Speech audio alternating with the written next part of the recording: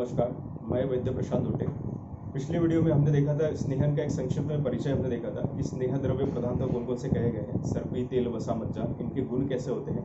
दोषों की अवस्था के अनुसार इनका प्रयोग कैसे कर सकते हैं। साथ ही हमने देखा था कि शरीर में स्नेह भाव क्या होता है और स्नेहन का शारीरिक धातुओं की पुष्टि के लिए कैसा महत्व होता है। एक संक्षिप्त हमने पिछली वीडियो में इसका परिचय देखा था। इस वीडियो में आज हम देखेंगे कि आभ्यंतर स्नेहपान के बारे में हम चर्चा करेंगे कि आभ्यंतर स्नेहपान हम क्यों करवाते हैं, रुग्ण की अवस्था उसमें कैसी होनी चाहिए और शोधन चिकित्सा में इसका महत्व क्या है। तो सबसे पहले शोधन, शमन या ग्रहण, जिस भी हिसाब से आपको प्रयोजन से हमें उपयोग करना चाहते हैं। तो आभ्यंतर स्नेहपान कार्मुकता की दृष्टि से अगर हम देखा तो 3 प्रकार से हम इसका प्रयोग कर सकते हैं। मुख्यतः जो शोधन के लिए जो हम सामान्यतः जो प्रयोगार्थ होता है, एक शमन अवस्था में, दूसरा ग्रहण कर्म के लिए। ये मुख्यतः 3 प्रकार से हमने देखा था कि आभ्यंतर स्नेहपान के इस बारे हम 3 विषय के बारे में चर्चा करेंगे। तो मैं शोधनार्थ अगर मैं थोड़ा पहले अगर मैं शोधन चिकित्सा या फिर उसके लिए शोधनार्थ अगर मैं स्नेहक का प्रयोग करने के बारे में बात करेंगे तो हम शोधन चिकित्सा क्यों करवाते हैं, या फिर किसी व्याधि से अगर ये कराते, अगर किसी को रुग्ण अगर सामने आता है, रुग्ण सामने, इसका अर्थ ये है कि हमारे दोष जो होते हैं प्रकोपित होकर कहीं पे शरीर में आश्रित हो गए हैं, हमें उनको शरीर से बाहर निकालना है। ये हमारे एक उद्देश्य, जैसा जिस भी चिकित्सा में हम प्रयोग करते हैं तो हमारे छोटा सा शोधन चिकित्सा का उद्देश्य यही है कि शरीरगत जो प्रकोपित दोष है उसको शरीर से बाहर निकालना। तो ये जो दोष है ये शरीर में दुष्यों के साथ सम्मूर्छित अवस्था में, जो हम पढ़ते हैं कि दोष दुष्य सम्मूर्छना होना, तो दोष दुष्य सम्मूर्छना मतलब प्रकोपित दोष दुष्यों में जाकर, धातुओं में जाकर वहां जाके आश्रित हो गए हैं। हमारा कर्तव्य है कि इन दोषों को उत्क्लेशित करके शरीर से सुगमता से बाहर निकालना। ये हमारे शोधन चिकित्सा का एक छोटा सा कंसेप्ट है। तो अगर मैं बोलूँ कि जैसे कोई पेशेंट आता है हमारे सामने और जैसे वमन आ रहा है, तो क्या हम उसको वामक द्रव्य देके उनका वमन या विरेचन करवा सकते हैं? तो बिल्कुल नहीं, क्योंकि दोषों का उत्क्लेशित अवस्था में होना बहुत जरूरी है। अगर मैं वामक द्रव्य देता हूँ तो अगर उत्क्लेशित अवस्था में नहीं है तो वो पूर्णतः दोषों को निकालने के लिए मतलब सक्षम नहीं हो पाएंगे। तो हमें सबसे पहले हमारा कर्तव्य है कि इन दोषों को पहले उत्क्लेशित अवस्था में रखना, या फिर जितना हो सके उन दोषों को कोष्ठ में लेके आना, ताकि वामक द्रव्य अपने प्रभाव के कारण जितने दोष कोष्ठ में आ जाएंगे, अगर हम स्नेहपान के थ्रू या किसी और औषध के थ्रू अगर दोषों को कोष्ठ में ले आते हैं, उसके पश्चात अगर हम वामक या विरेचक द्रव्यों का प्रयोग करते हैं तो इन द्रव्यों का शरीर से निर्गमन काफ़ी सुगमता से हो जाता है। मतलब जहाँ हमें 10 ग्राम अगर वामक द्रव्यों की जरूरत पड़ रही है, वहाँ हमें 2 या 4 ग्राम या 5 ग्राम से भी तुम्हारे वामक द्रव्यों के द्वारा हम दोषों का वमन या फिर इसी प्रकार विरेचन करवा सकते हैं। जहाँ हमें 6 से 8 लीटर पिलाने की जरूरत पड़ रही है वामक द्रव्यों या जिस भी विरेचन द्रव्य में जो क्वांटिटी, मात्रा उसी प्रकार से कम हो जाएगी, क्योंकि दोष जो है कोष्ठ में अगर ऑलरेडी अगर उपस्थित होते हैं तो इसीलिए हमें क्या चाहिए, दोषों का उत्प्लेषण कराने के लिए हमें किस मार्ग का प्रयोग करते हैं। कोई औषधियों का चयन भी कर सकता है। एक चयन इसमें जो होता है वो स्नेहपान के द्वारा भी किया जा सकता है। स्नेहपान करा के हम दोषों को उससे स्थान से उत्प्लेषित करके कोष्ठ की तरफ लाने का काम, ये स्नेहपान का जो हमारा, क्योंकि शोधन चिकित्सा की अगर हम देख रहे हैं कि शोधन चिकित्सा में क्यों महत्वपूर्ण है, तो इसीलिए जरूरी है क्योंकि ताकि स्नेहपान से जो हम औषध द्रव्य जो बोलते हैं, औषध सिद्ध घृत जो होता है, हम शरीर में अंदर पान कराकर जब उसका पचन होगा, जब वो शरीर में प्रसारित होगा, तो वो वहाँ जो सूक्ष्म स्रोतों में उपस्थित जो दोष रहेंगे उसका वहाँ से दोष दुष्य सम्मूर्छना का विघात करके उसको उत्क्लेशित करके कोष्ठ में लेके आना और कोष्ठ के द्वारा फिर वामक या विरेचक द्रव्यों के द्वारा उसको शरीर से बाहर निकालना। तो इसको अगर मैं छोटा सा कंक्लूड करूँ तो स्नेहपान जो कार्य करेगा शोधन चिकित्सा में वो क्या, तो सबसे पहले स्नेह का सर्व शरीर में प्रसारण होना एक। उसके बाद जब स्नेह सर्व शरीर में प्रसारित हो जाएगा तो जो हमारी सूक्ष्म लेवल पर, जहाँ पे मतलब धातुओं में या फिर हमारे दुष्य में जब तुम्हारे दोष जो श्लिष्ट अवस्था में जो चिपके हुए हैं, क्योंकि हम चाहते हैं कि वहाँ से उनका विघात हो, तो हमें औषध द्रव्यों का भी सहारा लेना पड़ता है। तो इसीलिए जो हम स्नेह का उपयोग करते हैं वो मुख्यतः हम लोग औषध सिद्ध स्नेह का प्रयोग करते हैं, ताकि स्नेहन तो शरीर में प्रसारित होगा। जैसा कि हमने पिछली बार भी देखा था कि घृत का एक गुण होता है संस्कार से अनुवर्धना। जिस भी द्रव्यों के साथ घृत का संयोग किया जाएगा वो अपने गुणों को ना छोड़ते हुए उसके गुणों का पूर्ण तरह धारण करके जब घृत शरीर में प्रसारित होगा, साथ ही साथ उस औषध के द्रव्यों को भी वो सर्व शरीर में प्रसारण कराएंगे। और जब ये औषध द्रव्य उस दुष्यों के पास, या फिर हम छोड़ कह सकते हैं कोशिकाओं में जो स्रोतसों में हमारे दोष जो चिपके हुए श्लिष्ट अवस्था में है, जब औषध वहाँ पहुँचती है तो उनका सबसे पहले विघात करेंगे। तो दूसरी ये स्टेज बोलेंगे, सबसे पहले स्नेहन का सर्व शरीर प्रसारण होना, मतलब सर्व शरीर का सम्यक स्निग्ध होना। उसके पश्चात सम्यक स्निग्ध होने के साथ साथ जब ये औषध द्रव्य शरीर की दोष तक पहुँचते हैं तो वहाँ उपस्थित दोष के साथ वो उनका विघात करेंगे और उत्क्लेशित अवस्था, मतलब उत्क्लेशित करना मतलब होता है उसको अपने स्थान से बाहर निकालने की अवस्था, तो उसको अपने स्थान से बाहर निकालने के लिए प्रेरित करेंगे। और तीसरा फिर इन दोषों को कोष्ठ की तरफ लेके आना। इन 3 मुख्य बिंदुओं के आधार पर हम पूरा स्नेहपान का एक उसकी कार्मिकता देखेंगे, किस प्रकार से आचार्यों ने किस समय तक कितनी मात्रा में प्रयोग करने के लिए बोला है, कैसे रुग्णों में किस प्रकार का स्नेहन कराना चाहिए इसका बोला गया है, और हमें औषधियों का चयन कैसे करना है, ये किस स्नेहपान का हमें प्रयोग करना है, इसका हम संक्षिप्त में इस वीडियो में हम चर्चा करेंगे। तो सबसे पहले जैसे हमने कहा था कि अगर हम शोधन हमें प्लान कराना है, अगर हम एक उदाहरण तरह आज हम कुष्ठ का एक पेशेंट देख लेते, कोई हमारे कुष्ठ का पेशेंट आता है और यही अगर मैं सोचूं कि ये वमन या विरेचन जो भी आपका शोधन के अर्ह आपने डिसाइड कर लिया, लेकिन अगर ये बात हम जान गए कि शरीर में जो दोष है सब शाखागत आश्रित होते हैं, जो कि बोला भी गया है कि त्रिदोष प्रकोप कुष्ठ में होता है और साथ ही साथ इसमें सप्त धातुओं का भी इन्वॉल्वमेंट रहता है। तो हम चाहते हैं कि हमारा सर्व शरीर शुद्धि, क्योंकि बारंबार शोधन कराने से कुष्ठ चिकित्सा में बोला ही गया है कि जो कुष्ठ हो या प्रमेय हो, बहुदोषावस्था में शोधन के लिए इनको दोनों को अर्ह बोला गया है। साथ में कोई व्याधि, बात व्याधि रहे, हृदय से रहे, अगर आपको लगता है कि रुग्ण जो है शोधन के अर्ह है, तो उसके पहले हमने बताया था कि दोषों का उत्प्लेषण आवश्यक होता है। उसके लिए हमने अगर सोचा था कि इनको स्नेहपान शुरू करवाना है, तो क्या रुग्ण जिस दिन हमारे पास सामने आता है तो हमने देख लिया कि अगर ये शोधन अर्ह है, ये भी देख लिया कि अब इनको दोषों को उत्प्लेषित करना आवश्यक है, तो उत्प्लेषण के लिए हमें स्नेहपान भी आवश्यक है, ये भी हमने जान लिया। तो क्या मैं इनको पहले दिन से स्नेहपान शुरू करा सकता हूँ? तो अभी भी नहीं, क्योंकि हमें रुग्ण की अवस्था जानना सबसे पहले जरूरी है कि रुग्ण की अवस्था मतलब कैसे। क्योंकि अगर आपको रुग्ण को पान कराता हूँ, अगर रुग्ण ने स्नेहपान कराया, तो सबसे पहले आवश्यक है कि उसका जठराग्नि अच्छा होना चाहिए, ताकि स्नेह का जलन अच्छे से हो। अगर जठराग्नि अच्छा नहीं है तो स्नेह का पाचन व्यवस्थित हो नहीं पाएगा। स्नेह का पाचन व्यवस्थित हो नहीं पाएगा तो शरीर में अवशोषण या फिर वही जो स्नेह जहाँ पे हम वात को या दोषों को कम करने के लिए अपेक्षित कर रहे थे, अगर अग्नि मंद रहा तो यही स्नेह शरीर में दोषों की वृद्धि करने या फिर सामता बढ़ाने में ये फिर इसके वो कारण बन सकता है। तो इसलिए सबसे पहले हमें क्या कराना है, तो सबसे पहले रुग्ण की अवस्था का हमें निर्धारण करना है। तो रुग्ण की अवस्था कैसे, तो जो वाग्भटाचार्य ने हमें सबसे पहले हमें सामावस्था अगर रुग्ण में होती है, क्योंकि मैक्सिमम जो बहुत है हमें पेशेंट देखने को मिलते हैं, उनका क्षुधामंद या फिर मल प्रवर्तन अगर सम्यक नहीं होता है, स्त्रोतरोध है, अगर शरीर में आलस्य बना हुआ है, ये उत्साह हानि होती है, मतलब जो वाग्भटाचार्य ने एक स्त्रोतरोध वल्लभरंशा गौरव अनिल मूर्ता जो सामता की एक परिभाषा छोटी सी दी है, अगर रुग्ण उन लक्षणों के साथ हमारे सामने उपस्थित है, तो हमें सबसे पहले चाहिए कि हम सबसे पहले उसके अग्नि को, मतलब इस सामता को दूर करें। सामता को दूर करना मतलब कि सबसे पहले अग्नि को प्रदीप्त करना, और दूसरी जो स्त्रोतस में जो अवरोध बना हुआ, अब चूंकि जब हम स्नेह अगर जठराग्नि अच्छा भी है लेकिन शाखागत अगर सामता रुग्ण की बनी हुई है, तो जो हमारा स्नेह रहेगा पचन करने के बाद शरीर में चला तो जाएगा, लेकिन क्या वो सभी स्त्रोतसों में प्रसारित हो पाएगा? नहीं, क्योंकि वहाँ पे स्त्रोतसों में अवरोध बना हुआ है। स्त्रोतस मतलब जो हमारे सूक्ष्म जो छिद्र है शरीर के, जहाँ से हमारी सारी प्रणाली सुचारू रूप से चलती है कि कौन से शरीर के अंदर किन तत्वों का, मतलब जब हम स्नेहपान लेते हैं या जो शरीर में जो आदान प्रदान के जो व्यवहार है वो स्त्रोतसों के द्वारा ही होते हैं। अगर यही स्त्रोतस अवरुद्ध अवस्था में अगर रहते हैं तो इनके कारण जो स्नेह होता है वो शरीर में पूर्ण रूप से प्रसारित नहीं हो पाएगा। मतलब सीधी सी बात है, अगर हम चाहते हैं कि किसी खेत में अगर पूरी तरीके से हम पानी, अगर सभी चाहते हैं कि सभी पेड़ों को अगर व्यवस्थित रूप से पानी मिले, तो हम चाहेंगे कि उसके क्यारियों में जो हम जो नलिकाएं बनाते हैं वो सुचारू रूप से सब लोग ओपन रहेगी, तो ही पानी पूरे शरीर में आराम से प्रसारित हो सकता है, पूरे खेत में प्रसारित हो सकता है। उसी तरह हम एग्जाम्पल के तौर पर देख सकते हैं, जब तक हमारे शरीर के सारे चैनल्स ओपन नहीं है,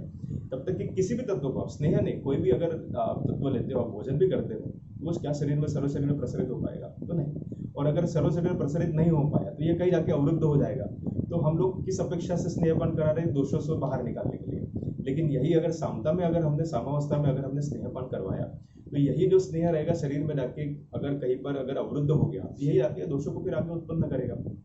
वात के मार्गों का अवरोध करेगा, शरीर की पित्त की जो प्रणाली है या फिर अग्नि को मंद करेगा। तो ये बहुत सारे लक्षण हमें देखने को मिल सकते हैं। तो ये हम स्नेह व्यापद में देखेंगे कि अगर सम्यक स्नेहपान नहीं करवाते तो इसके क्या लक्षण होते हैं। तो सबसे पहले हमारा कर्तव्य क्या है? तो हमारा सबसे पहले कर्तव्य है कि रुग्ण का अग्नि और उसके स्त्रोतस, इन दोनों को अभिमुख होना है, मतलब सामता को खत्म करना, निराम अवस्था में पेशेंट को लाना, ये हमारी पहली प्राथमिकता स्नेहपान शुरू करने से पहले। तो अगर ऐसे रुग्ण आता है, यही हमारा कुष्ठ का जो रुग्ण हमने इमेजिन कर लिया, तो इसी रुग्ण में अगर हम देखते हैं कि सामता है, तो सबसे पहले जो मुझे यथा योग्य दोषावस्था अनुसार जो यथा योग्य जिन पाचन द्रव्यों का प्रयोग करना है, तो जैसे हिंगवास्तक चूर्ण हो गया या फिर अजमोदादी चूर्ण हो गया, सिंपल त्रिकटु चूर्ण हो गया, या फिर शंखवटी चित्रक आदि बहुत सारे जो कल्प दिए गए जो पाचनार्थ हमारे आचार्यों ने, उनमें से किसी एक या दो जो आपको यथायोग्य अवस्था अनुसार उनके पाचन द्रव्यों की आवश्यकता अगर आपको लगती है कि रुग्ण में पहले पाचन की आवश्यकता है, तो सबसे पहले रुग्ण में पाचन ही करवाना चाहिए। तो पाचन से अगर उसका अग्नि प्रदीप्त हो जाता है, स्रोतस सारे अभिमुख हो जाते हैं, तो हम एक एक स्टेप अभी आगे बढ़ेंगे। तो पहले हमने सामता से निरामता की ओर बढ़े पेशेंट के, हमें पता चल गया कि अब निराम अवस्था आ गई है। निराम अवस्था में अगर जो लक्षण जो बोले अभी वाग्भटाचार्य का जो सूत्र था, ये हमें लक्षण नहीं मिलेंगे। जनरलाइज तरीके से अगर मैं बोलूँ तो छोटा सा अग्नि बहुत अच्छा रहेगा, मतलब भूख अच्छी हो जाएगी। मल प्रवर्तन जो कभी कभी सामता में रहता है कि पिछले मल प्रवर्तन होता है, अल्प अल्प मात्रा में होता है। मतलब बहुदोषावस्था में अगर पक्वाशय में दोषावस्था बहुत ज़्यादा है तो रुग्ण बारंबार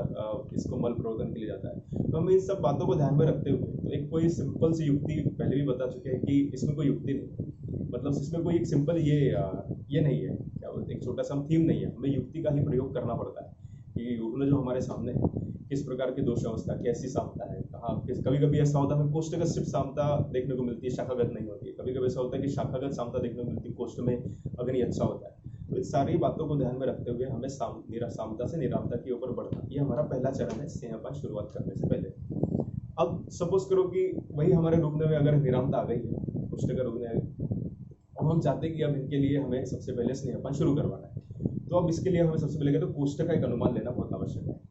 अब चूंकि अग्नि और कोष्ठ जो परीक्षण हम करवाएंगे, चूंकि हमें स्नेहपान शुरू कराना है, तो मात्रा जो है, मात्रा के बारे में विस्तृत चर्चा करेंगे अभी हम लोग। लेकिन अगर मात्रा अगर हमें शुरू करवानी है, जैसे कि आचरण बोला मध्यम मात्रा मतलब अगर सपोज करो मैं 60, 70 या 80 ml जो भी अगर पिलाता हूँ, अगर उसका अग्नि अच्छा नहीं है, क्योंकि किसी का प्रकृति भी होता है, पित्तज प्रधान प्रकृतियों का अग्नि अच्छा होता है, कवक प्रधान व्यक्तियों का उनसे थोड़ा कम होता है। तो इस सबकी प्रकृति के हिसाब से धातु कैसा, किस देश में रहते हैं, वह कैसा है, इस सारी बातों को ध्यान में रखते हुए हमें सबसे पहले रुग्ण के अग्नि का निर्धारण करना है कि रुग्ण का अग्नि कैसा है।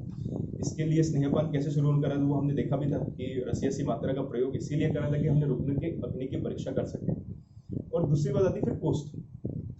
अगर अग्नि का हमें निर्धारण हो गया कि अगर रुग्ण का अग्नि सपोज कर हमें पता चल गया कि इसका सम्यक अग्नि है, हमारे स्नेह को जरण करने के लिए हमें तो उस सबसे मात्रा डिसाइड करेंगे कि पहले तो हमने रसियसी मात्रा दे दी, और रसियसी मात्रा के द्वारा अगर रुग्ण को अगर 2 या 3 सपोज करो हमने 10 या 20 ml पहले दिन स्नेहपान कराया और रुग्ण को अगर 3 या 4 घंटे में अगर भूख लग जाती है, तो इससे हम एक अनुमान लगा सकते हैं कि कल का स्नेह हम 60 ml या फिर 70 ml आगे की तरफ बढ़ सकते हैं। इसी प्रकार से उत्तर जो दिन दिवस रहेंगे हमारे स्नेहपान के, उसमें हम एक अनुमान लगा के, उसकी अग्नि का अनुमान लगा के हमें उत्तर दिवस की तरफ आगे बढ़ना है।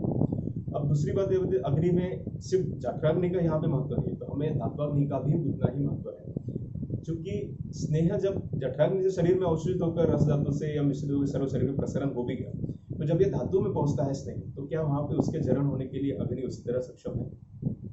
तो इसी बात को अगर हमें मतलब जठराग्नि और धात्वाग्नि दोनों का अनुमान लेना बहुत आवश्यक होता है। कभी कभी ऐसा भी होता है कुष्ठ में धात्वाग्नि जो होती है वो मंद होती है, जठराग्नि अच्छा होता है लेकिन धात्वाग्नि मंद होता है। तो ऐसी अवस्था में हमें कभी कभी जो स्नेह होता है वो थोड़ा सा मतलब जो दीपन अच्छा कर सके, या फिर उष्ण गुणात्मक द्रव्यों के साथ जो होता है इनके साथ भी हम प्रयोग कर सकते हैं। साथ में हम कुछ औषधियों का भी ऐसा प्रयोग कर सकते हैं जो साथ में स्नेहपान भी चलता रहे और हमारे शरीर में दीपन कर्म का भी कार्य करता रहे। पर हमें ये बात ध्यान में रखना बहुत जरूरी है कि स्रोतस का अभिमुख होना और जठराग्नि का प्रदीप्त होना सर्वदा हमारी प्राथमिकता होनी चाहिए।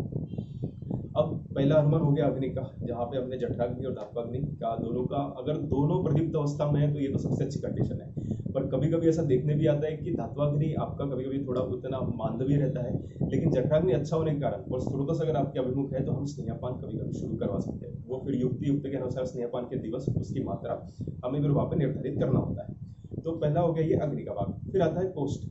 अब कोष्ठ चूंकि हम सब जानते हैं कि मृदु, मध्यम और क्रूर कोष्ठ, ऐसे 3 कोष्ठों का वर्णन आचार्यों ने किया है। जो सुकुमार रुग्ण मतलब पित्तज प्रकृति के होते हैं, जिनके शरीर के भाव जो है मृदु भाव है, जो हमने देखे होंगे कि जो पित्तज प्रकृति के होते हैं, जो रक्तसारता वाले पुरुष होते हैं, बालक होते हैं, जो सुकुमार रुग्ण होते हैं, ऐसे शरीर ऐसे रुग्ण में जहाँ हम स्नेहन का प्रयोग करते हैं, तो आचार्यों ने उनके लिए आगे अपन देखेंगे कि कैसे उनके लिए दिवस बताए, किसी के लिए 3 दिन, क्रूर कोष्ठी के लिए 7 दिन, इस प्रकार के। क्योंकि अगर मैं बोलूँ कि मृदु कोष्ठी अगर है मतलब उसके शरीर में पित्तज भाव है, और पित्त का एक गुण ऑलरेडी सस्नेह होता है, मतलब पित्तम सस्नेह तीक्ष्णम उष्णम लघु विस्तरम सर्वम द्रवम, ये भी जो पित्त के गुण है उसमें एक गुण उसका सस्नेह होना भी, मतलब प्राकृतिक रूप से ऐसे रुग्ण में सस्नेह वाला गुण विद्यमान है। तो ऐसे रुग्ण में स्नेहन का ज्यादा दिवस आवश्यकता नहीं होती है, तो ऐसे रुग्ण में 3 या 4 या 5 दिवस में स्नेहपान पूर्ण हो जाता है। अब चूंकि अगर क्रूर कोष्ठी है मतलब जिसमें वात प्रधान अगर दोषावस्था है, तो वात का गुण तो होता है रुक्ष, मतलब स्नेह ऑलरेडी मतलब स्नेह के विपरीत गुणों वाला। तो ऐसे रुग्णों में स्नेह की आवश्यकता मतलब ज़्यादा मात्रा में आवश्यकता पड़ती है एज कम्पेयर टू मृदु कोष्ठी या फिर मध्यम कोष्ठी, क्योंकि उनके शरीर में प्राकृतिक रूप से रुक्षता है। तो हमें सबसे पहले उन रुक्षता को परिपूर्ण करते हुए बाद में हम जो व्याधि के विमुक्ति के उद्देश्य से हम लोग स्नेहपान करा रहे हैं, तो इसीलिए हमें कोष्ठ का एक अनुमान लेना बहुत आवश्यक होता है, ताकि हमें स्नेहपान कितने दिवस तक कराना है ये पता चल सके। अगर कोष्ठ का भी अनुमान फिर भी आता है मध्यम कोष्ठ, ऐसा कुछ आचार्य बोलते हैं कि कफ प्रधान या फिर कफ प्रधान कोई व्यक्ति हो तो उसको मध्यम कोष्ठ के अंदर, या फिर वात कफ प्रधान व्यक्ति को क्रूर कोष्ठ के अंतर्गत भी किन्हीं आचार्यों ने इसका माना गया है। तो ये जो समझने के भाव है, ये रुग्ण जब तक आपके सामने आता नहीं है। अब चूंकि हमारा परीक्षण अगर हम कोष्ठ का अनुमान भी ले लें, एक अग्नि का अनुमान भी ले लें, तो लेकिन अगर हम उतने निपुण नहीं अगर परीक्षण करने में, अगर हमें लगता है कि फिर भी एक थोड़ी शंका होती है कि कहाँ से शुरुआत करें, कैसे करें, तो इसीलिए आज जो हम व्यवहारिक दृष्टि में जो देखने में आया है, इसलिए एक छोटा सा कंसेप्ट है कि वर्धमान स्नेहपान मात्रा। ये कंसेप्ट यहाँ से आता है, जब आपको शंका या फिर आप चाहते हो कि आप एकदम फास्ट फॉरवर्ड ना होते हुए एक स्टेप आगे बढ़े, तो हम रुग्ण को ऐसे स्नेहपान कराते हैं कि पहले रस्यसी मात्रा से शुरू करते हैं, उसका जरण काल देखते हैं, फिर उसके बाद की मात्रा निर्धारित करते हैं, फिर उसका जरण काल देखते हैं। साथ में जो लक्षण हमें सामने देखने को मिलेंगे स्नेहन के जीर्यमान होने के, जीर्ण होने के, सब देखेंगे अभी हम आगे। तो लक्षणों के आधार पर हम अगले दिवस का स्नेहन मात्रा और किस मात्रा देने के साथ उसका आहार और उसका शरीर पर जो प्रभाव होता है, ये दोनों चीजें इसीलिए ये जो ड्यूरस है, मतलब क्यों स्नेहपान को इतना महत्वपूर्ण बोला गया है कि अगर मैं चाहता हूँ कि शोधन हमारा अच्छा हो, तो चूंकि अगर स्नेह दोष जितने अच्छे से हमारे कोष्ठ में आ पाएंगे, उतनी सम्यक तरीके से, उतनी सुगमता से हमारा शोधन हो पाएगा। इसलिए आवश्यक है कि प्रत्येक शोधन जिसके लिए हम स्नेहपान प्लान कर रहे हैं, वो शोधन के लिए या फिर शमन के लिए हमारा स्नेहन जो है वो परिपूर्णतः अच्छे सुगमता से होना आवश्यक है। क्योंकि प्लेटफॉर्म अच्छा बनेगा तो उसके बाद की जो हमें प्रणाली है उसको बनाने हमें सुगमता से वो परिपूर्ण हो जाएगी। इसलिए स्नेहपान यहाँ पे विशेष महत्व है। और स्नेहपान का जो रुग्ण होता है वो चाहिए कि आपका रोज उनसे डेली जब स्नेहपान होता है तब उसका परीक्षण करना आवश्यक है। उसके बाद दिवस भर में जो भी उसके साथ लक्षण हमें देखने को मिलेंगे, तो एक शाम को या फिर कभी भी उसका फॉलोअप या फिर बीच में कभी भी है कि रुग्ण अगर आईपीडी में अगर है, आपके सम्मुख है, तो फिर तो सबसे अच्छी बात है। अगर ओपीडी बेसिस पे अगर आप स्नेहपान कराते हो तो आपको चाहिए कि हर एक शाम को आपको रुग्ण का एक छोटा सा फॉलोअप होना चाहिए कि क्या दिवस भर में कैसा मल प्रवर्तन कैसा रहा, शुद्धा कितने बजे लगी, तो ये सारा एक देखेंगे इसके लिए आगे। तो एक छोटा सा इसीलिए महत्वपूर्ण है क्योंकि अगर हमारा स्नेहपान अच्छा रहा तो हमें शोधन चिकित्सा कराने में फिर की सुगमता होगी। तो एक छोटा सा हमने कोष्ठ और अग्नि के बारे में छोटा सा वर्णन देख लिया था क्यों ये आवश्यक होता है। अब अगर स्नेहपान अगर चलो ठीक है, हमने सामता हमारी दूर हो गई, निराम अवस्था है, कोष्ठ और अग्नि का हमने अनुमान ले लिया है। उसके बाद अगर हम चाहते हैं कि रुग्ण को बुलाकर हमें स्नेहपान कराएं, तो सुश्रुताचार्य ने जो स्नेहन किया रहा है, तो सबसे पहले उन्होंने एक दोष बला अनुसार लघु कोष्ठ आतुर आया। तो उन्होंने क्योंकि लघु कोष्ठ आतुर मतलब होता है कि आपका रात का खाना पूरी तरीके से पच के मल प्रवर्तन, मतलब आपके कोष्ठ जो होते हैं वो लघु अवस्था में होने चाहिए। दूसरी बात उन्होंने कृतमंगल स्वास्तिक वचन आया, रक्त ताम पीत सूर्योदय, जब सूर्य जो होता है मतलब सूर्योदय के करीब 15-20 मिनट के बाद जब सूर्य थोड़ा लालिमा होती है उस समय हमें घृतपान कराने के लिए बोला गया है। और पीत मात्र है उष्ण उदकेन उपसृष्य यथा सुख विहारे, मतलब स्नेहपान कराने के बाद उष्णोदक का पान कराना। साथ में बोला गया कि उष्णोदक से पूरे मुंह पे थोड़ा छिड़कने वगैरह के लिए और साथ में थोड़ा विचरण करने के लिए यथा सुख विहरे, इस प्रकार से विधान आचार्य सुश्रुत ने इसमें बोला गया है। तो स्नेहपान कराने के लिए अब जब से स्नेहपान आज हमने स्टार्ट करवा दिया, हमारा वही इमेजिनरी रूप में जो हमारे पुस्तक था उनका अगर हमने स्नेहपान शुरू करवा दिया, तो इसके लिए द्रव्यों का चयन जो आता है, द्रव्यों का चयन भी अगर हम थोड़ा सा देख लेते हैं, तो आचार्यों ने व्याधि के हिसाब से, चरकाचार्य ने अगर मैं बोलूँ विशेषतः व्याधि के हिसाब से बहुत अपने जो है स्नेह अलग अलग भिन्न प्रकार के स्नेहों का वर्णन किया हुआ है। अगर आप देखोगे कुष्ठ चिकित्सा में सारे तिक्त रस प्रधान हमें घृतों का महातिक्त घृत होता है, पंचतिक्त गुग्गुल घृत होता है, तिक्त घृत होता है। इसके अलावा बहुत सारे घृतों का वर्णन उन्होंने उसमें किया है तिक्त रस प्रधान। यही अगर हम प्रमेय देखते हैं तो वाग्भटाचार्य ने धान्वंतर घृत का प्रयोग किया है। साथ ही हम युक्त के हिसाब से जिन द्रव्यों के संयोग से आपको घृत बनाना है उसका भी प्रयोग आप कर सकते हैं। वातव्याधि में भी घृतों का वर्णन आया है। श्वास चिकित्सा में तेजोवृत्त्यादि घृत जो उसके लिए बोला गया है। वात का प्रदान अगर श्वास अवस्था है तो उसमें तेजोवृत्त्यादि घृत का प्रयोग बोला गया है। पांडुरोग अगर में द्वाडिगावनी घृत का प्रयोग बोला गया। तो हम उस किस प्रकार से हमें स्रोतस दृष्टि देखनी है जब हम निदान करते हैं किसी रुग्ण का। तो व्याधि का निदान हमें देखने से श्वास का रुग्ण है, लेकिन अगर उसमें भी हमें देखने की दोषावस्था कौन सी है और मुख्यतः कौन कौन से स्रोतस उसमें इन्वॉल्वमेंट है, तो उनका अभी छोटी समीक्षा करके जब हम किसी व्याधि के बारे में पढ़ते हैं तो जब उसकी संप्राप्ति देखते हैं तो संप्राप्ति में वही दोष दुष्ट विघटन के लिए हमें किस प्रकार के द्रव्यों की आवश्यकता है, उस हिसाब से हमें स्नेहन द्रव्यों का प्रयोग करना है। तो जो आचार्यों ने वर्णित है उसका प्रयोग हम कर सकते हैं तो बिल्कुल कर सकते हैं। इसके अलावा भी अगर आपको लगता है कि इन द्रव्यों का संयोग करके आप किसी घृत का प्रयोग कर सकते हैं तो बिल्कुल, क्योंकि श्वास में भिन्नता देखा गया कि जैसे कंटकारी हो गया है, पिप्पली हो गया, इसके संयोग से बहुतायत हमने भाषा का प्रयोग करके बहुतायत हमने देखा कि श्वासकाश के रुग्ण को हमने अपनी युक्ति के अनुसार घृतपान करवा के हमने फलश्रुति भी देखने को मिलती है। तो इसीलिए जो द्रव्यों का चयन जो होता है वो आप व्याधि अनुसार या फिर अपनी युक्ति के अनुसार आप प्रयोग कर सकते हैं। तो स्नेहपान जब आरंभ हो जाएगा, अब जैसे हमने महातिक्त घृत सपोज करो, वही हमारे कुष्ठ के रुग्ण में महातिक्त घृत का अगर हमने स्नेहपान शुरू करवाते हैं तो कुष्ठ के परीक्षण के लिए हमने सबसे पहले रसीसी मात्रा से प्रारंभ किया था कि 30 ml से अगर उनको शुरू करवाते हैं या फिर 40 ml, अब जो 30-40 ml जो भी आपको यथायोग्य लगे। तो सबसे पहले हमें ये देखना कि पहले दिवस का जरण काल कैसा है, कि मतलब पहले दिवस जो स्नेहपान लेने के बाद उसको कितने समय के बाद भूख लगी है। उसके पश्चात जो हम स्नेह जीर्ण के लक्षण आगे देखेंगे। अब पहली दिवस आती है, पहले यहाँ पे प्रश्न मार दिया कितने दिवस तक कराना है, कि स्नेहपान तो हमने शुरू करवा दिया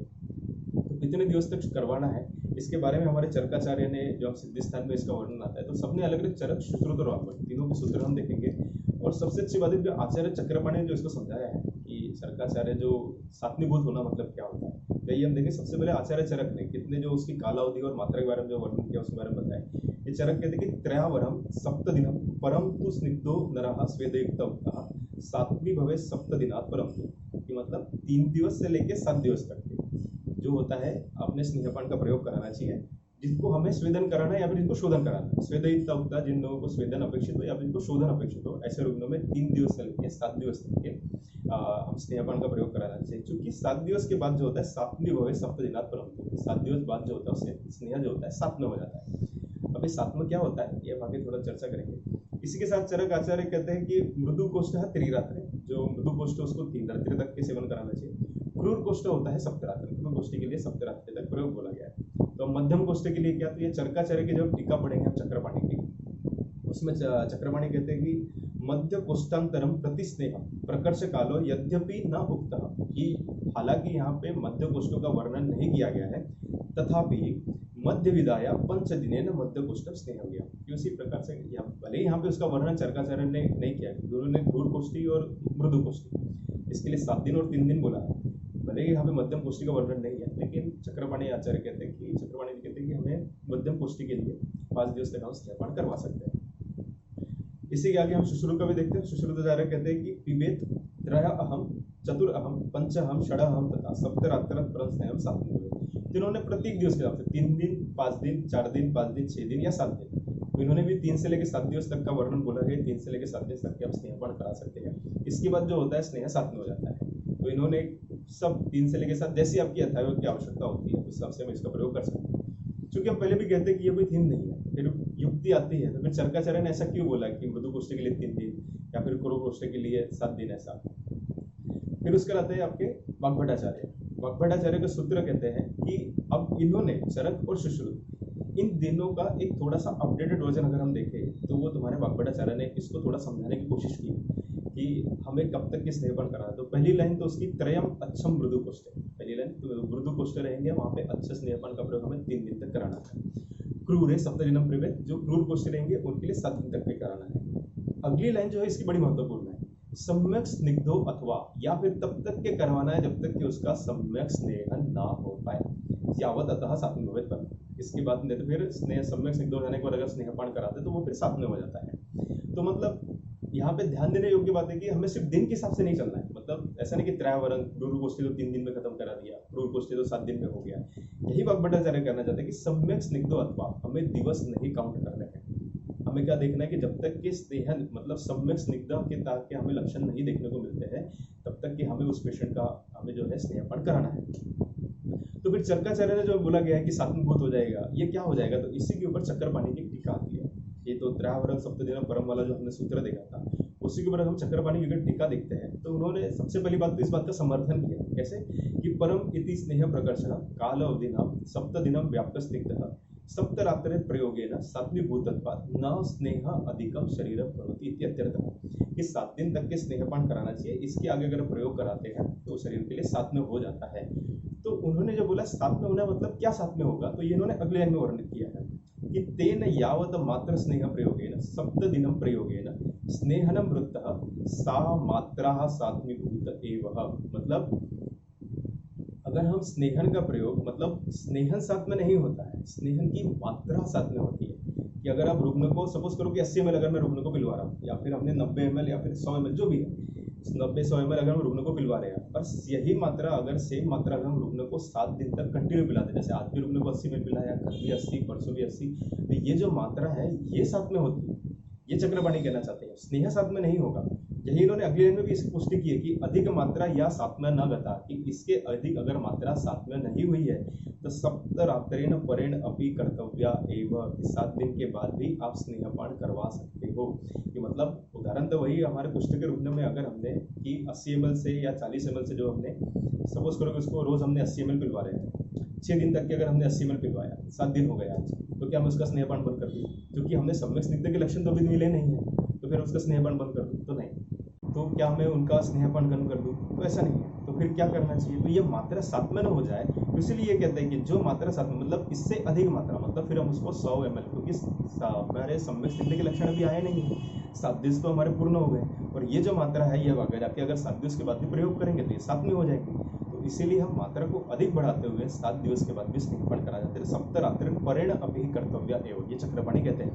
तो इस अवस्था में करेंगे क्या फिर? अगर कभी ऐसा हमें प्रश्न आ गया कि दिवस 7 दिन पूर्ण हो गए लेकिन अभी तक के पूरा सम्यक स्नेहन नहीं हुआ, तो इसी के आगे चक्रपाणी यही कहना चाहते हैं कि वैद्यस्तु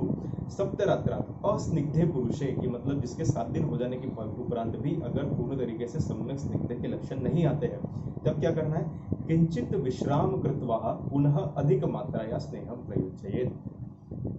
कुछ दिवस या कुछ समय विश्राम करके अधिक मात्रा में फिर वापस से हम लोग प्रयोग करा सकते हैं। मतलब उसी रुग्ण को जहां हम पहले 80 ml पिला रहे थे, और हमने देखा क्योंकि 80 ml का पाचन तो कर रहा था, उससे अगर हम दे दें उसके ऊपर हमने देखा था कि 80 ml के ऊपर पाचन करने अगर हमें लगता है कि वो रुग्ण 80 ml के ऊपर पचा नहीं पाएगा व्यवस्थित, तो हम उसको रोज 80 ml चला रहे थे। लेकिन अगर 7 दिवस के उपरांत भी अगर सम्यक स्निग्ध के लक्षण नहीं मिलते हैं, तो हमारा क्या कर्तव्य है? तो किंचित विश्राम करवा, 1 दिवस विराम कर दें या फिर कुछ थोड़ा समय रुक के अधिक मात्रा या स्नेह प्रयोग, उससे अधिक मात्रा में हमें स्नेह का प्रयोग कराना है।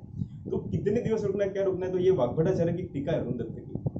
तो उन्होंने इस चीज को स्पष्ट किया है कि यदि तू सप्ताहेन अपि स्नेह लक्षण न उत्पद्यते, अगर 7 दिवस स्नेहपान के उपरांत भी अगर स्नेहपान के सम्यक स्निग्ध के लक्षण उपस्थित नहीं होते हैं, तो दिनम एकम विश्रम्य पुनः स्नेह योज्य इति सदवेद्यः,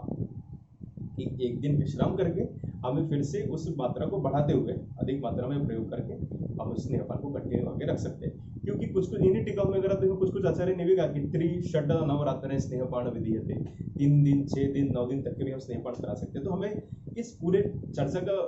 मतलब एक छोटा सा अगर मैं बोलूँ कंक्लूजन क्या है, तो कंक्लूजन ऐसा है कि हमें दिवस नहीं गिनने कि 3 दिन हो गए चलो बंद करा दो, 5 दिन हो गए चलो बंद करा दो, नहीं हो सकता है आपको 2 दिन में स्नेहन हो जाए, तो फिर अब क्या? तो इसीलिए हमें दिवस न काउंट करते हुए हमें सम्यक स्निग्ध के लक्षण की तरफ जाना है, कि जब तक के स्नेहन के सम्यक स्निग्ध के लक्षण हमें दिखते नहीं है, तब तक कि हमारा कर्तव्य है कि उस रुग्ण को हमारा स्नेहपान शुरू रहे, ताकि सम्यक स्निग्ध होना मतलब स्नेह का पूरे शरीर में प्रसारित होना।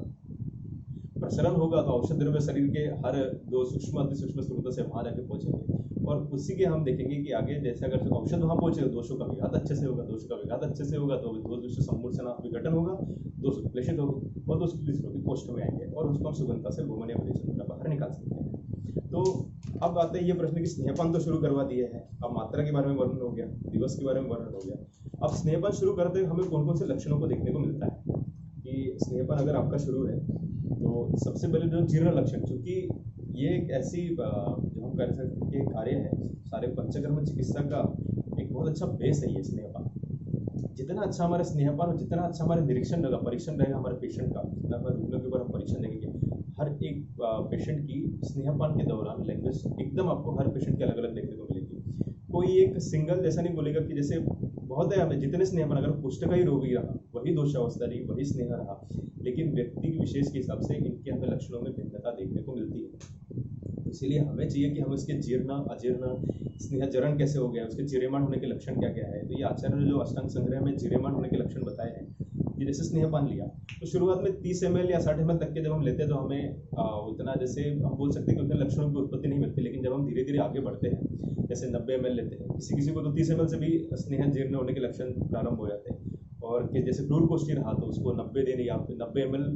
के बाद जब हम देना आगे बढ़ते हैं तो उनके बाद उनके सम्यक जो स्नेह जीर्ण होने के लक्षण हमें दिखाई पड़ते हैं। तो सम्य स्नेह जीर्यमाण अवस्था में जो लक्षण बताया है अष्टांग संग्रह में आचार्य कहते हैं कि शिरोरुकः भ्रम निष्ठीवन मूर्छा साद अरतिक्लमः जानीयाद भेषजम चिर्यत, कि ये जो अगर लक्षण मिलते हैं मतलब शिरोरुक हो रहा है, शिरोशूल होता है ये बिल्कुल, अगर आप पेशेंट, इसलिए हम चाहते हैं कि हमारा जो रुग्ण है स्नेहपान के दौरान हमारी आंखों के सामने रहे। अगर नहीं, अगर ओपीडी बेसिस पे भी करवा रहे हो तो इसीलिए उसका रोज शाम को फॉलोअप लेना जरूरी है, क्योंकि ये जो लक्षण हमें दिख रहे हैं, अगर पेशेंट बाहर घूमने जाता है या फिर कहीं ज़्यादा एक्सर्शन हो जाता है, काम ज़्यादा हो जाता है, तो इन स्नेहों का व्यापक भी होने के चांसेस होते हैं। तो इसीलिए जब आप पेशेंट आपके पास आता है तो हमें सबसे पहले इस बात की सम्मति लेना अति आवश्यक है कि क्या आप अगले 10 से 15 दिन हमारी निदान मतलब जैसा हम बोलेंगे उस प्रकार से आप आपकी दिनचर्या बोलो या आपका काम कुछ हिसाब से रख सकते हो, या फिर नहीं पूरी तरीके से बनकर या फिर कम कर सकते हो। अगर रुग्ण इस बारे में हाँ कहता है या फिर उन्होंने बोला कि नहीं हमारा कहीं बाहर जाने का प्लान है या फिर कुछ विशेष काम से उनको अगर कहीं बाहर जाना है, तो उस समय के लिए हम स्नेहपान को पोस्टपोन करा सकते हैं ताकि हमें व्यापक देखने को नहीं मिले। क्योंकि दिखने में जितना ये सीधा है, मतलब अगर उत्प्लेशित अवस्था में दोष आ गए और रुग्ण ने अगर कहीं अपत्यपान या फिर ऐसा कुछ कर लिया जिससे कारण जो होता है स्रोतस का अवरोध हो गया, तो यही उत्प्लेशित दोष आगे जाके रुग्ण की व्याधि को बढ़ाने का काम या फिर लक्षणों को और उत्पन्न करने का काम भी कर सकते हैं। तो इसीलिए ये हमारा और पेशेंट दोनों का ये कर्तव्य बनता है कि सर्वसम्मति से स्नेहपान प्रारंभ करें। और जो ये लक्षण दिख रहे हैं जैसे शिरोरुक भ्रम निष्ठीवन मूर्छा साद अरतिक्लमः, क्योंकि ये जो लक्षण है हमें देखेंगे कि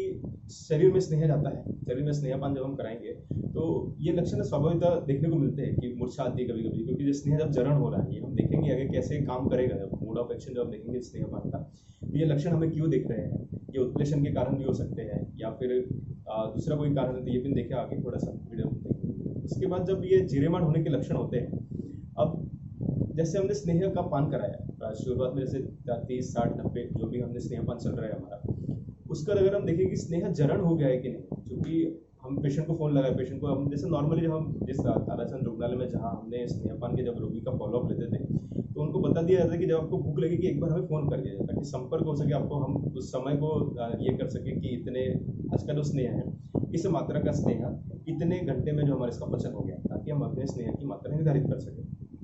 तो रुग्ण का फोन आने के बाद जब वो बताते हैं कि क्षुधा की प्रचिति हो गई है,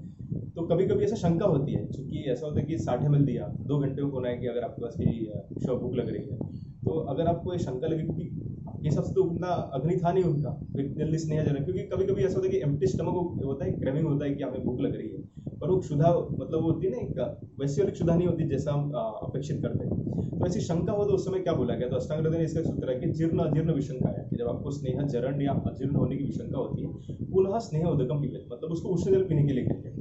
उष्ण जल पीने के बाद भी अगर वो क्षुधा रहती है तो इसका मतलब वो क्षुधा प्राकृत क्षुधा है, अन्यथा इस क्षुधा का मतलब फिर से थोड़ा, अगर गर्म पानी पीने के बाद अगर क्षुधा नहीं हो लगती वापस से, तो कुछ देर फिर से समय का इंतजार करते हुए अगली क्षुधा का इंतजार करेंगे कब वो, कि हमें एक व्यवस्थित क्योंकि स्नेह का पूरी तरीके से जीर्ण होना, ये हमें पता होना चाहिए कि स्नेह पूरी तरीके से जीर्ण हो गया।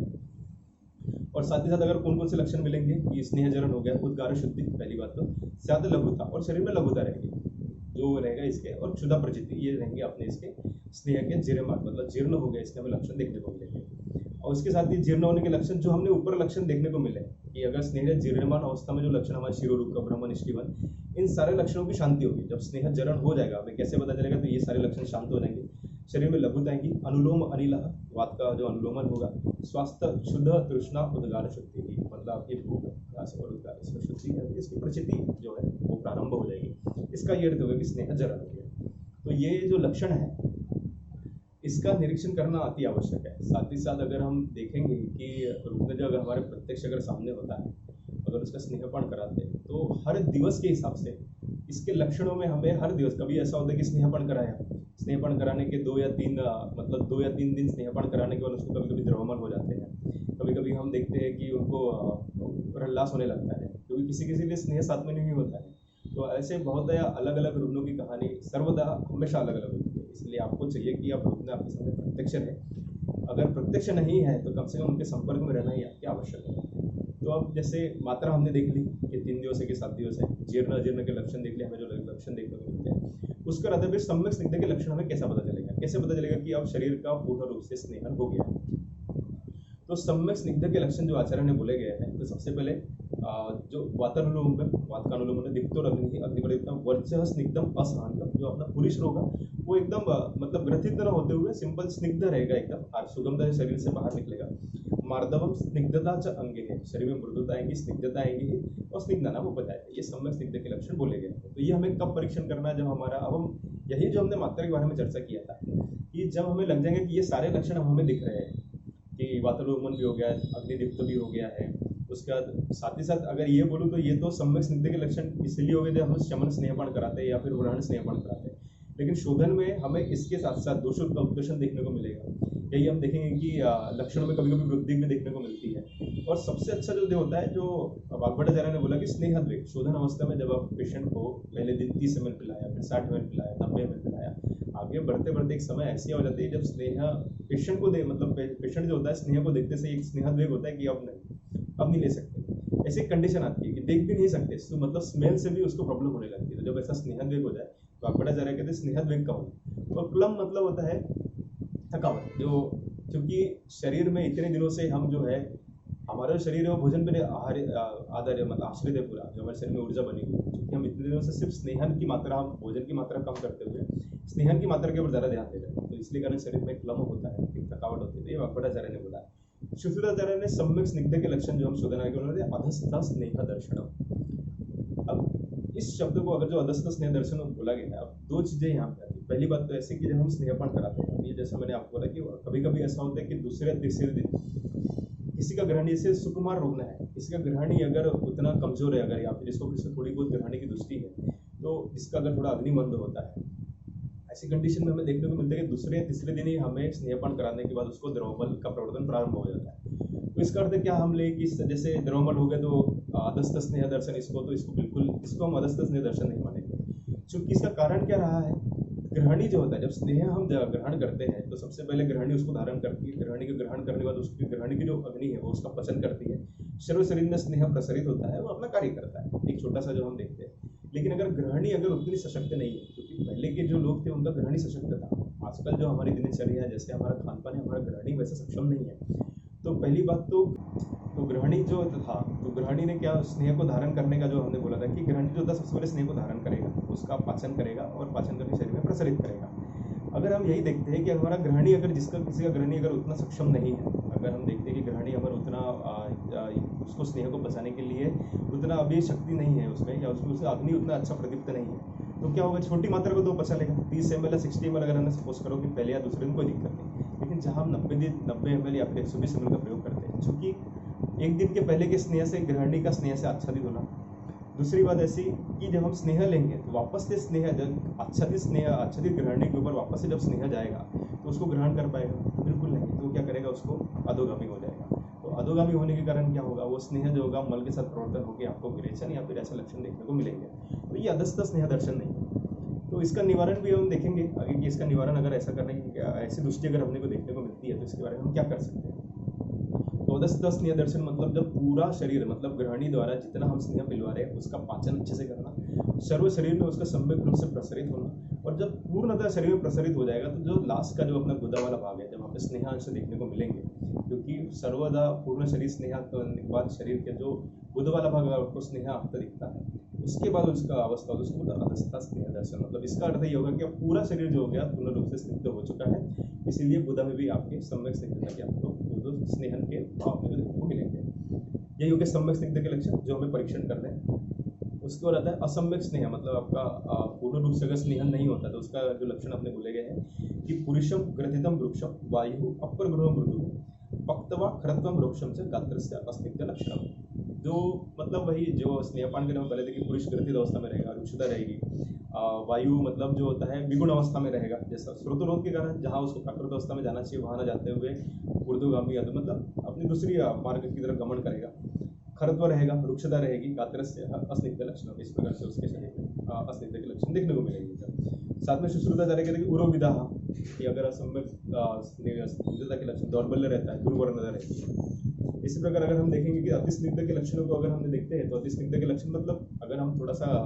इसको भी देखिए, थोड़ा सा कॉमन सेंस जैसी बात है कि शरीर में अगर स्नेह अति मात्रा में हो जाए तो जाहिर सी बात है, कहीं जाकर स्रोतोवरोध कर देगा। स्रोतोवरोध करेगा, शरीर में गुरुता हो जाएगी, जाड्यता हो जाएगी, साथ में एक पांडुता जो बोली गई, क्योंकि स्रोतोवरोध से द्वारा निर्मित होने वाली एक कारण पांडुता है, स्रोतोवरोध भी होता है। तो उसका क्योंकि रस प्रधान रस व स्रोत दृष्टि में आता है पांडुता का वर्णन। तो अगर हम देखते हैं कि यहाँ स्रोतोवरोध होता है क्योंकि शरीर का पोषण आगे के उत्तरोत्तर धातु में नहीं होता है, तो ऐसे अवस्था में पांडुता, गौरव, जाड्यम, पुरुषस्य अविपक्वता, तंद्रा, अरुचि, उत्क्लेश बना रहेगा, स्यादा अतिस्निग्ध से लक्षण। शुश्रुतधारक कहते हैं कि भक्त द्वेष रहेगा, ऐसी बात है, जब क्योंकि इतना स्नेह शरीर में डाल दिया है तो कहीं ना कहीं जाके अग्निमंद कर ही देगा। मुखस्त्राव रहेगा, प्रवाहिका रहेगी। वाग्भटाचार्य ने इसी को बोला गया है कि घ्राण वक्त्र हृदय स्त्राव, घ्राण से मतलब मुख से, नाक से आपका स्त्राव नियमित रूप से चलता रहेगा,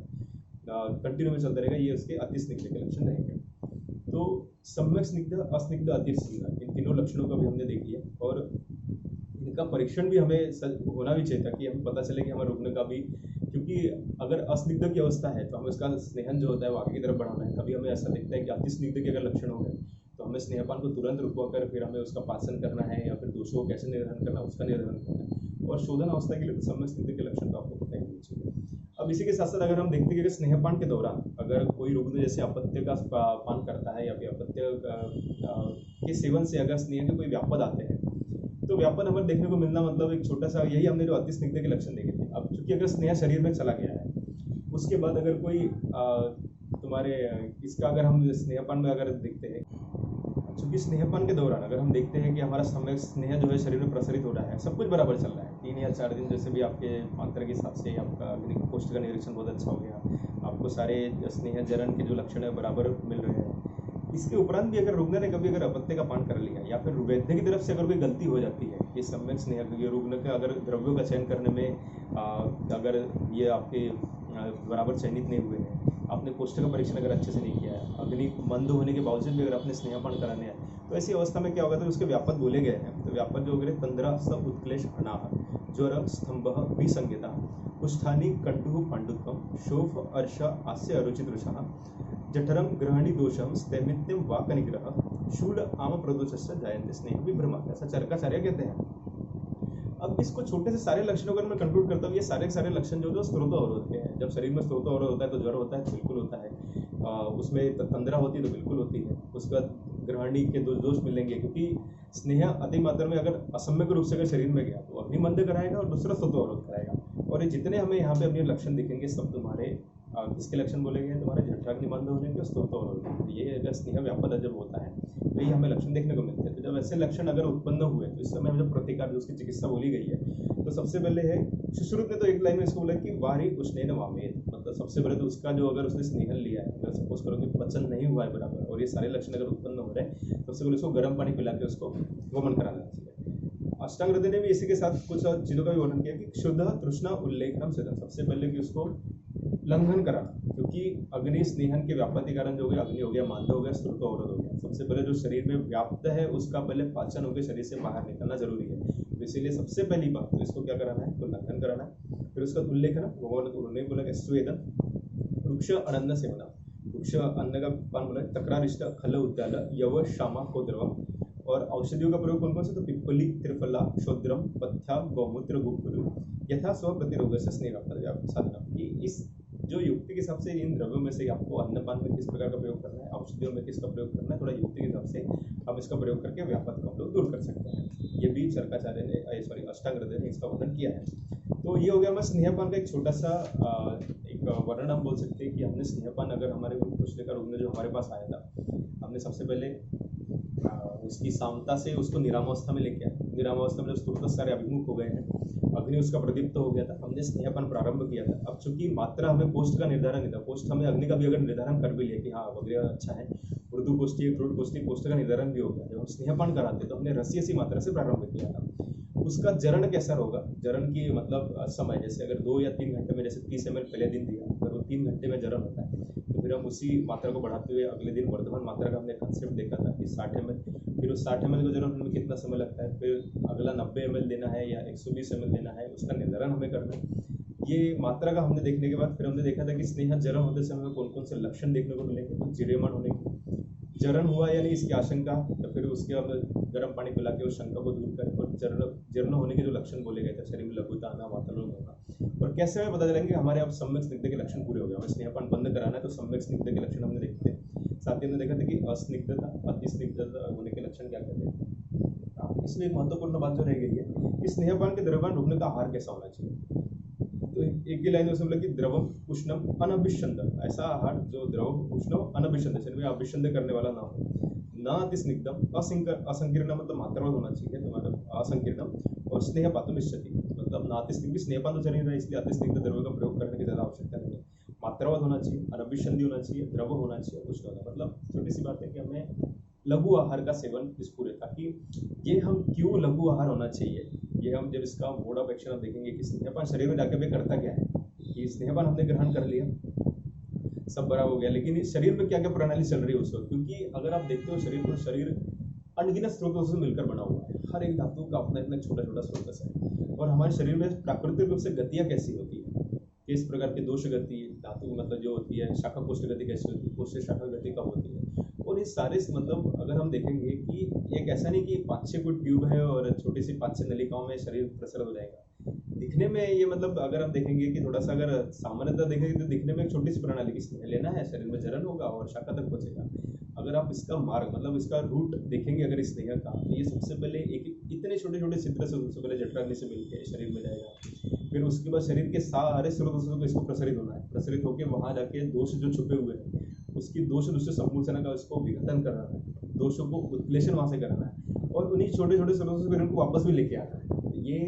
इमेजिन करने में हमें पता चलता है कि ये कार्य इतना छोटा नहीं, तो क्या ये पूर्णतः कैसे होता है, एक बार में पूरा दोष सार बाहर आ जाते हैं, नहीं आते। तो इसका जो हम एक विस्तृत वर्णन, मतलब अब जो विषय बाकी है इसी स्नेहपान के विषय को जब हम आगे बढ़ाएंगे तो हम देखेंगे कि शरीर स्नेहपान का शरीर पर प्रभाव कैसा रहा, किस प्रकार से वो काम कर रहा है। फिर हमने शमन स्नेहपान और वृहद स्नेहपान संक्षिप्त में एक छोटा सा परिचय देखेंगे, और इसके पश्चात जो वमन विरेचन कराना है तो हम वमन विरेचन की वीडियो देखेंगे। तो आज के लिए ये जो समन स्नेहपान को भी हमने जो पूरे तरह के समय की अवधि को देखते हुए समन स्नेहपान जो है इसको भी हमने 2 भागों में विभक्त करा है। समन सॉरी अभ्यंतर स्नेहपान को आज जो हमने देखा कि इससे छोटा सा परिचय, इसके आगे हम इसकी कार्य प्रणाली लिखेंगे कैसे शरीर में कार्य करता है।